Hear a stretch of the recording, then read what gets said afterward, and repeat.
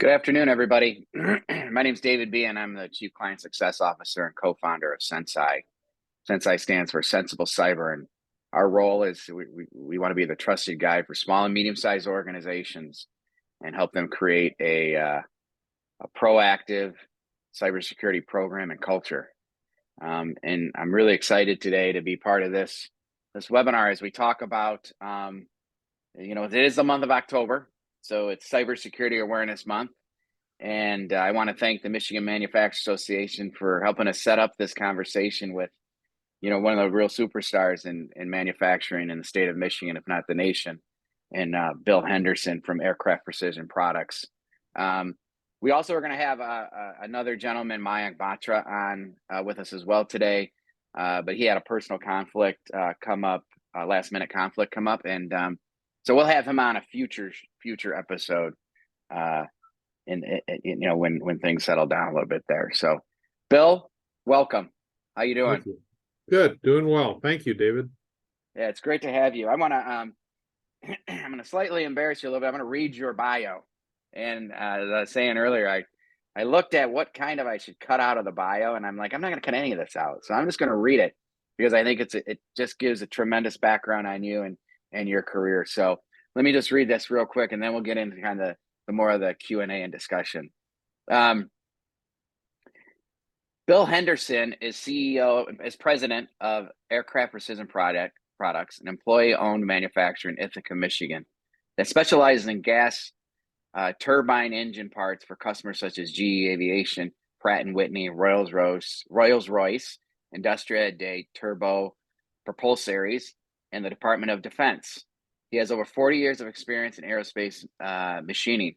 As a passionate advocate for the promotion of manufacturing as a career choice, Bill chairs several boards, including the Central Michigan Manufacturers Association and Greater Gratiot Development. He is immediate past chair of the Michigan Manufacturers Association board. Bill was able to bring these groups together to facilitate the passing of a career technical education millages in a 4-county area, reinvigorating fading programs in skilled trades and advanced manufacturing. These organizations are again working together to implement a variety of programs focused on training students for a variety of career paths in the manufacturing field. Bill was selected by the Michigan Manufacturers Association as the 2021 recipient of the MFG Lifetime Achievement Award.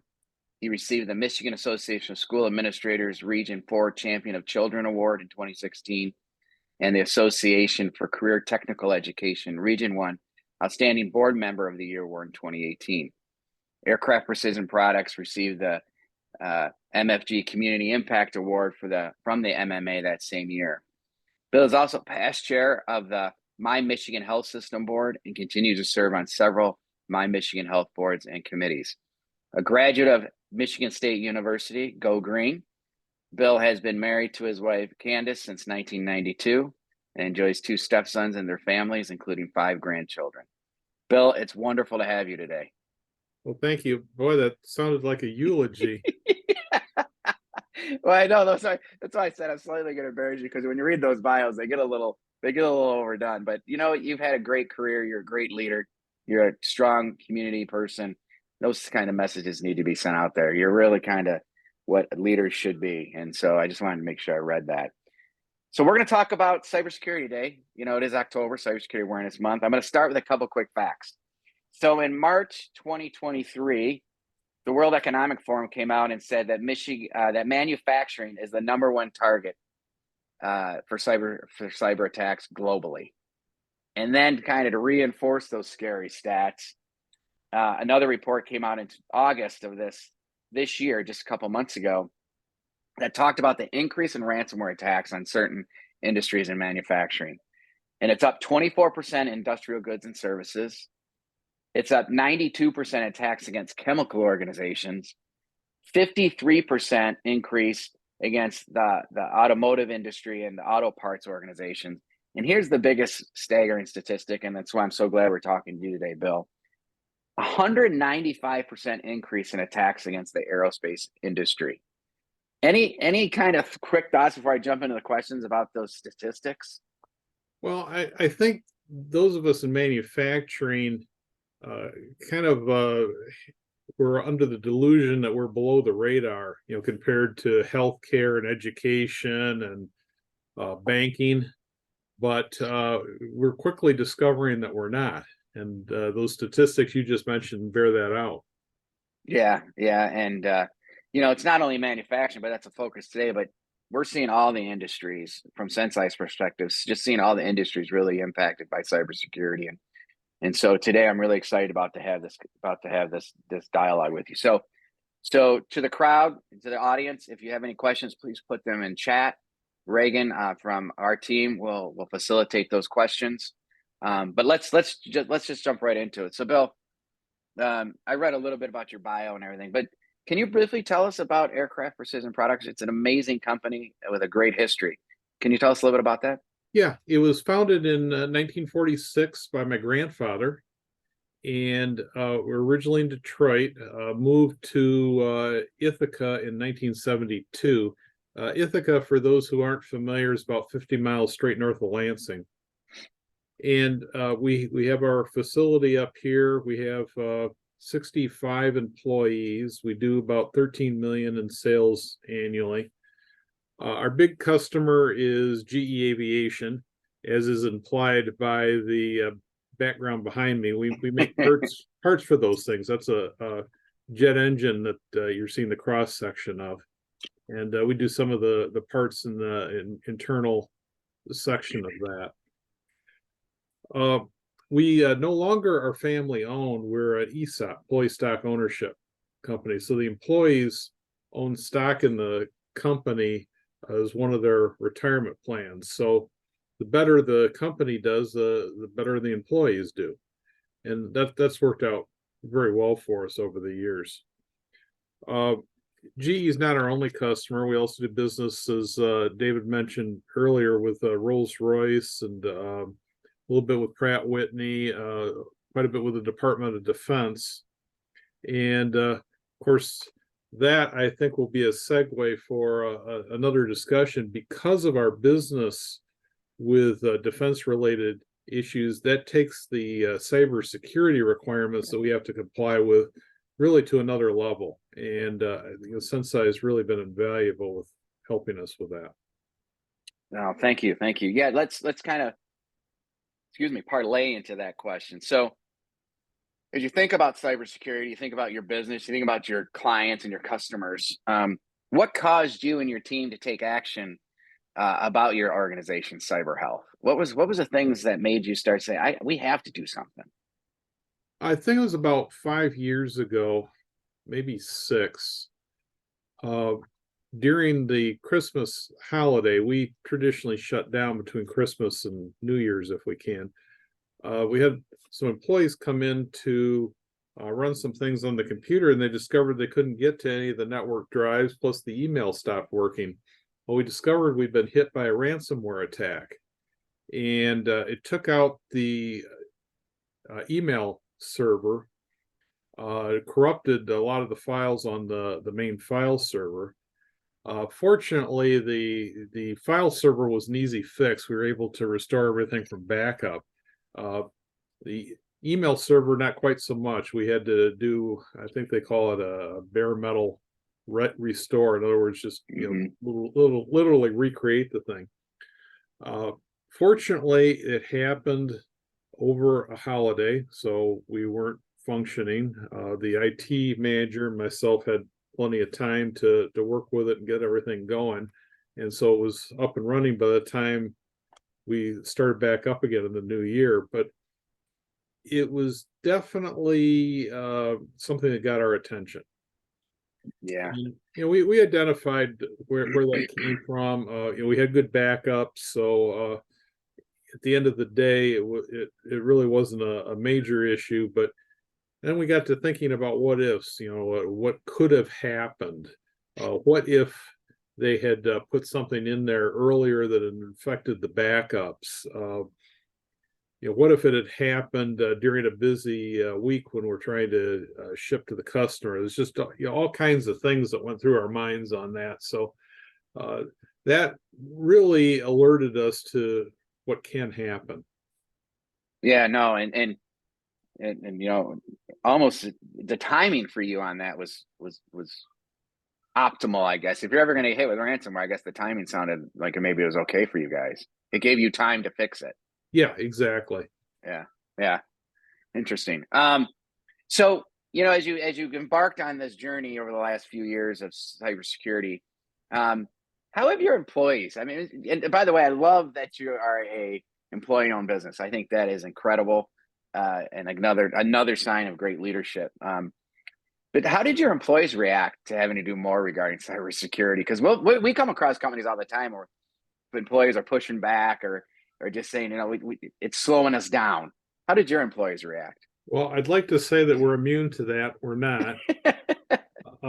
You know, in fact, as we move along in our move towards the government cybersecurity compliance, multi-factor identification is becoming more and more important, and we have employees who really find that to be a problem, and all you can do is just explain to them the reasons why, what can happen if we don't have it, and then kind of reinforce that with, at the end of the day, that these are the expectations of our customers. Yeah, yeah. I talk to a lot of clients about multi-factor authentication and or two-factor, and what I just kind of talk to them about a little bit is, it's like going to the airport and going through security now. It's just an expectation. It's something you need to do, and it's just an extra layer of security. And so, and the other thing is, I tell them to take a risk management approach when they look at multi-factor authentication, how they implement it. You know, do it at the things that are most important first. And it sounds like that's what you guys did. So, Well, the other thing is, and I'm sure we're not alone. You know, over time you get kind of sloppy where you have several people sharing a login ID and things like that, and these are just vulnerabilities that someone can take advantage of. And with us, we're no stranger to audits. right. Not only do we get audits from our security, the security agent, or not security, the quality agency, AS 9100, but all of our special processes get their own audits. So by the time we're done, we pretty much have somebody in here every month overseeing something, and this is basically adding an audit. We have all Yeah. these different procedures that we need to comply with. Why should computer security and software access be any different? Yeah. No, 100%. As you think about, again, as you think about cybersecurity, your team and how it's going, what do you think has been your biggest surprise about your cybersecurity preparations? And I know we work with Brian; he's done a great job for you and your team. But what has been the biggest surprise about your cybersecurity preparations as you think about it?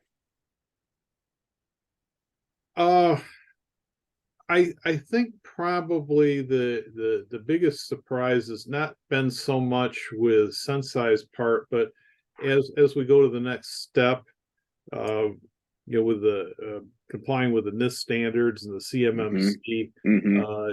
just how complex some of those standards are. And I would say to anybody who's participating in this, if you're planning on doing any work directly for the federal government,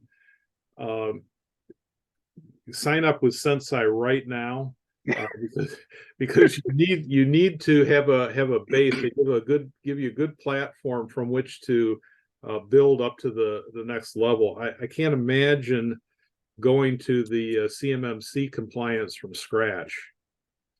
Yeah. Yeah. Never, And I think, never underestimate the ability of the government to overthink things. right.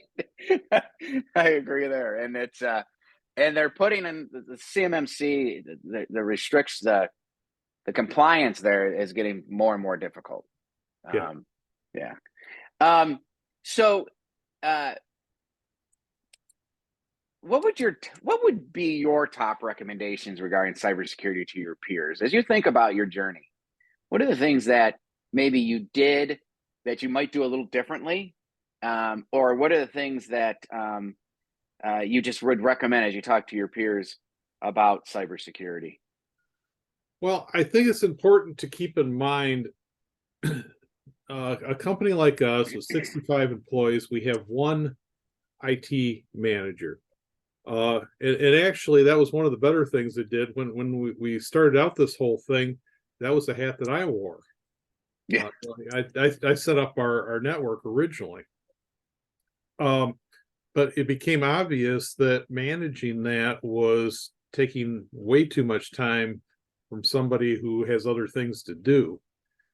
And so I guess that would be number one. If you're one of those companies that kind of has a maybe a techie type person, maybe they're a shipping clerk, but they also are interested in computers, and you have them managing your network.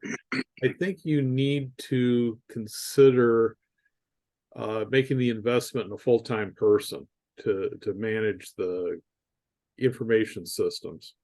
So that would be number one. Number two is you need to also recognize that such a person spends a lot of their time, or would by necessity spend a lot of their time, managing software licenses, making sure that you have enough disk space for things, that things are functioning properly, fixing broken monitors or keyboards or whatever. That person needs all the help they can get from a security perspective. And so that would be number two. First off, have somebody who's trained in information technology. But second, I think that you really need to give that person resources to help them with their cybersecurity part of it. And that's really, for us, what SensCy brought to the table. Yeah, no, thank you. And I think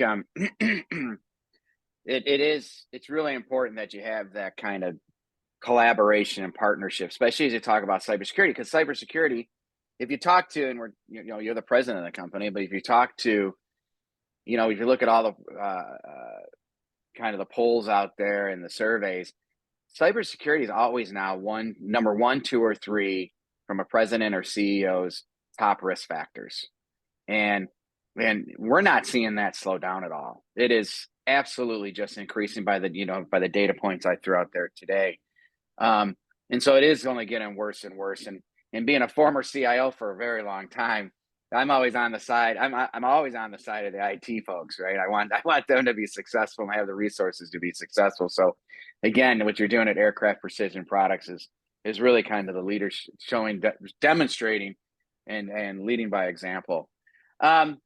So what are some of the other pros and cons about making cybersecurity one of your business priorities? Because as you said earlier, implementing multi-factor authentication, not everyone agrees to it. Having all of these different compliance things that you need to make sure you're doing to make sure your business, can have all the different clients and the diversity of clients and clientele. So, but what are some of those pros and cons about making cybersecurity one of your business priorities?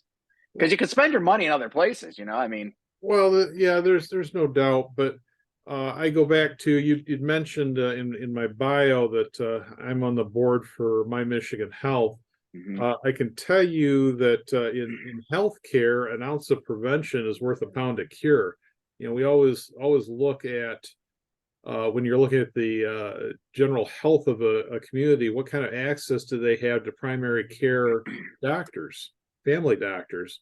Because if you catch a lot of these things, cancer being a good example, or diabetes, early, the cure rate tends to be very high. On the other hand, if you wait until you get to an acute phase, then you're putting a lot of resources and time and maybe not being successful. I don't think cybersecurity is any different. If you wait until you actually have an attack and try to figure out how to recover, that's enormously costly. And particularly if it's something that shuts you down for several days. I've heard horror stories of businesses that have been shut down for weeks and Yeah. never really recovered. So I go back to an ounce of prevention is worth a pound of cure. Yeah, yeah. We actually say one of the things we say at SensCy is, cybersecurity is just like a chronic disease in many ways, right? It's always going to be there, and over time, it's probably going to get worse, and we're seeing it get worse, right? Yeah. But there are common sense things you can do to maintain it and to keep it in, to control it. So, no, that's a great example.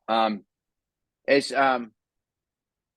So as you think about cybersecurity and you think about the impact it's had on aircraft precision products, um, has your cybersecurity improvement effort has it been worth it, and why? I mean, we talk to we talk to a lot of small and medium sized organizations who just they kind of think about it as it's not going to happen to me, you know, and you're in Ithaca, Michigan, and people like I talk to companies say, well, we're here, and no one's we're small, no one's going to think about us, we're not on anyone's target list. But you're a great example. You're in Ithaca, Michigan, and you had a ransomware attack, and now you've taken this journey to making to ensuring your organization is as secure as it can be. So has this whole effort been worth it from a financial perspective, from a people perspective, from a community perspective, and also maybe from being a great supplier partner perspective? Well, put yourself in the position of a customer, who's deciding on suppliers. They're not they evaluate risk factors. They don't want their supply chain disrupted because someone suddenly can't ship parts because of a cyber issue. So I would argue it's a sales point. Yeah, And we do use that. We tout our cybersecurity systems. Obviously we can't promise that we're never going to get hit, but we can promise that we have all the best practices in place. The other thing is, going back to the CMMC compliance, that was something that started to pop up with the NIST standard, I want to say about 5 years ago. And the acceptance of that was relatively slow, particularly amongst the prime contractors, like GE and Pratt Whitney. I talked to a IT person at Pratt Whitney about it, and his comment was, "I'm not going to worry about it until someone tells me I have to." Well, okay, that's a good way of looking at it. Well, somebody told them they had to, because they've all gotten very serious about it. And I had to fill out a survey from GE last week, which was pretty comprehensive. I can't imagine what that would have been like if we hadn't already gotten a head start on this whole program. yeah, no, that's great. There is a question in the Q&A, and I'll read it verbatim. Um, how has your security improved? How has your security improved specifically due to your engagement with SensCy? And I didn't ask that question. That's coming from Q&A, Bill. Yeah. Well, the best way I can answer that is that SensCy has a scoring process, where they take a lot of different factors in account and give you an idea of what your risk is. And when we started out, I don't remember what the numbers were, but our score has gone up, well, probably about 30%. Yeah. And there's a corresponding score that we have to register on a government website, and that's one of those things. By the way, if you don't have to do CMMC compliance, don't. It's kind of a nightmare. But anyway, that's a kind of an odd survey where you can actually come out with a negative number, and we did. We had like a negative 130 or something like that. And since we've been working with SensCy and one of their partners, we've gotten that up into the positives. I think went from a negative 130 to like a positive 70 or something like that. So just by the numbers, things have improved. anecdotally, I'm going to knock on wood before I say this. We haven't Yeah, me too. yet, I don't know what you're going to say, but I'm knocking on wood too. I guess you have. I guess there's that, but uh, I feel we've also, I think, done a lot of software updates, some things with our firewall, and added intrusion detection systems, some things that never would have occurred to us on our own. Yeah, no, thank you. Thanks. And you've been an outstanding client, and you are over 800, where we want to see all clients. And so congratulations to you and your team on that. I do want to ask one more quick question. We have the time for just a little bit more. Third-party risk to you has got to be huge. I just read a stat recently that 98% of manufacturers have had somebody connected to a third party connected to them that have had a breach. So a third party having a breach, not necessarily impacting you, but one of your third party suppliers or partners having a breach, which is an outrageous number, 98%. But how is third party risk? Is that high on your mind as you think about cybersecurity as well?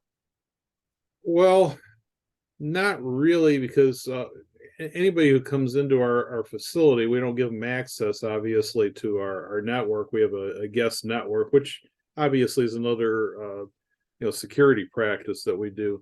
Right. As far as with sub tiers, though, for example, our raw material sources. Mm-hmm. Dave, you and I were chatting before the meeting here that one of the things we run into is supply chain That's problems. right. And I can't help but wonder what would happen to that if one of them got hit by a cyber attack. We do flow down the cybersecurity requirements that our customers have of us, but at the end of the day, we can't force them to do stuff That's that they're right. not going to do. Right. No, it's a great approach. In my old role in the manufacturing world, as CIO of a large manufacturer, that was my biggest concern too, was what would happen if one of our third party got hit with ransomware and couldn't supply us our materials. That was always a concern of ours. Well, we're coming into a conclusion of our conversation, Bill. It's been wonderful talking to you today. And I guess if you had, we'll end it like this, right? If you had one piece of advice for your peers on what's the one thing that they should do from a cybersecurity perspective, as a president or CEO of a company, what's the one thing you think they should do, or what's the message they tell their teams? Well, I think it's important to get an outside opinion, whether it be an audit or hiring a consultant or whatever. I know that sounds self-serving because this is SensCy that's hosting this, but if not SensCy, somebody else. Don't be complacent that everything you're doing is right, because do not underestimate how damaging somebody who's sitting around in their basement in their underwear that's got nothing but time to try to hack you can do. And the other thing is, I think a lot of that's become institutionalized. We're seeing that from other countries, and I don't care how good your system is; it's not going to withstand the resources of a country if they decide to go after you. That's right. That's right. Well, Bill, again, Bill Henderson, president of Aircraft Precision Products, a true leader in the manufacturing world. Want to thank you for your time today. Thank you for making cybersecurity a message when it, especially during October Cybersecurity Awareness Month. We appreciate your leadership, and not only at Aircraft Precision Products, but with the Michigan Manufacturers Association and in the state of Michigan. And I just want to say thank you. Thanks for your time today. Thanks for having a great dialogue with us. Well, I guess I'd like to end my part by saying, David, it's been and continues to be a pleasure working with you. I highly recommend your firm. We've tried several. I should throw that in there, and we've been very happy with the results and the experience that we've seen from you. Well, thank you. I couldn't ask for a better endorsement than that, especially coming from you. Well, we'll end the conversation now, and want to thank everybody for attending. And have a wonderful Thursday and the rest of the week. And whatever team you root for this weekend, I hope they win. Okay, thank you. See you later. Take care. All right, bye bye.